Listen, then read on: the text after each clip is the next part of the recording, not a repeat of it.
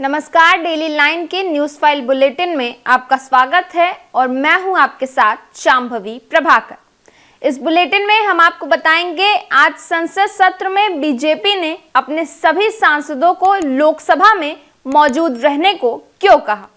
साथ ही बताएंगे कि सुखदेव सिंह गोगामेडी हत्याकांड में अब तक पुलिस ने क्या कार्रवाई की है। इसी के साथ बताएंगे ज्ञानवापी मामले में आए एक बड़े अपडेट के बारे में जो जुड़ा है इलाहाबाद हाई कोर्ट से। लेकिन उससे पहले एक नजर डाल लेते हैं आज की हेडलाइंस पर। संसद सत्र के 5वें दिन एक्शन मोड में बीजेपी व्हिप जारी कर कहा आज जरूरी बिजनेस होना है, सभी सांसद सदन में रहें मौजूद। सुखदेव सिंह गोगामेडी हत्याकांड में एक्शन में आई पुलिस, दोनों हत्यारों पर रखा 5-5 लाख रुपए का इनाम। डीजीपी ने जांच के लिए बनाई एसआईटी। ज्ञानवापी मामले में आज इलाहाबाद हाईकोर्ट में फिर होगी सुनवाई। तहखाने को डीएम की निगरानी में सौंपने और पूजा शुरू करने को लेकर सुना सकती है फैसला। देहरादून में पीएम आज करेंगे ग्लोबल इन्वेस्टर्स समिट 2023 का उद्घाटन। वन अनुसंधान संस्थान में दिखाएंगे हरी झंडी। कृषि मंत्री नरेंद्र सिंह तोमर ने केंद्रीय मंत्रिमंडल से दिया इस्तीफा। केंद्रीय जनजातीय कार्य मंत्री अर्जुन मुंडा को दी गई कृषि मंत्रालय की जिम्मेदारी। अब बात करते हैं आज की पहली खबर की। बीजेपी ने गुरुवार को लोकसभा के अपने सभी सदस्यों को शुक्रवार को सदन में उपस्थित रहने के लिए कहा। इसी के चलते पार्टी ने 3 लाइनों का व्हिप जारी किया है।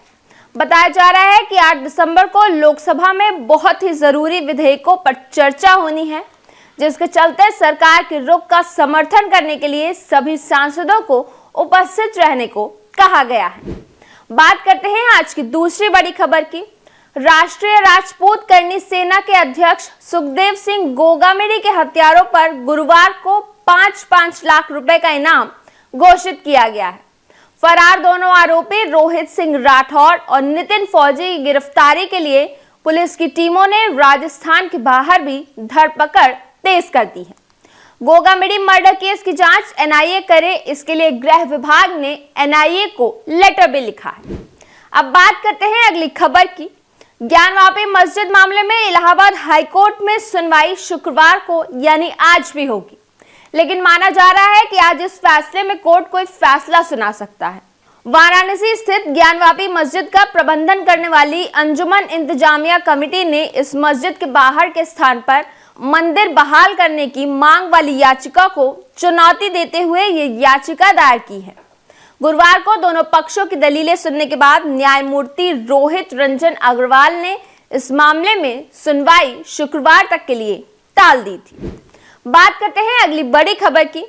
पीएम मोदी 8 दिसंबर को उत्तराखंड ग्लोबल इन्वेस्टर्स समिट 2023 का शुभारंभ करने जा रहे हैं।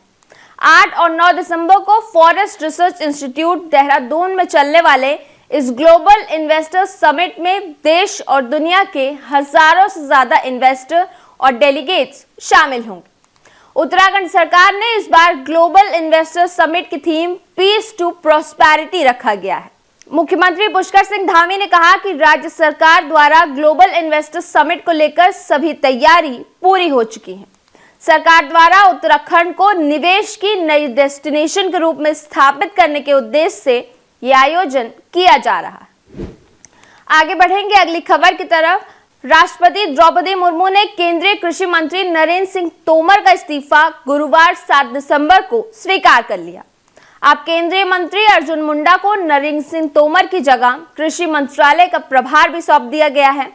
वहीं राज्य मंत्री शोभा करंदलाजे को खाद्य उद्योग मंत्रालय में राज्य मंत्री का प्रभार सौंपा गया है। राज्य मंत्री राजीव चंद्रशेखर को जल शक्ति मंत्रालय में राज्य मंत्री का अतिरिक्त प्रभार दिया गया है। इसके अलावा राज्य मंत्री भारती प्रवीण पवार को जनजातीय मामलों के मंत्रालय में राज्य मंत्री के रूप में अतिरिक्त प्रभार दिया गया। बात करते हैं अगली खबर की। आम आदमी पार्टी के नेता राघव चड्ढा की ओर से दायर याचिका पर आज सुप्रीम कोर्ट सुनवाई करने जा रहा है। इससे पहले सुप्रीम कोर्ट ने आप नेता की याचिका पर 1 दिसंबर को सुनवाई की थी और आखिर में ये कहकर टाल दिया था कि इस मामले में कुछ और अपडेट आ सकते हैं। साथ ही साथ सुप्रीम कोर्ट ने बिना शर्त राज्यसभा स्पीकर जगदीप धनखड़ से माफी मांगने के लिए भी कहा था। बात करेंगे अगली खबर की। वाराणसी में गुरुवार को आंध्र प्रदेश के 4 लोगों ने सुसाइड कर लिया। बता दें कि चारों के शव धर्मशाला के कमरे में लटके मिले। मरने वालों में पति, पत्नी और 2 बेटे शामिल हैं। पुलिस और फॉरेंसिक टीम को घटनास्थल को देखकर यही लग रहा है कि सुसाइड से पहले चारों ने एक दूसरे का फंदा लगाने में मदद किया। पहले पत्नी, फिर पति और उसके छोटे बेटे ने सुसाइड किया। सबसे आखिरी में बड़े बेटे ने जान दी क्योंकि उसके पैर के नीचे ही कुर्सी थी।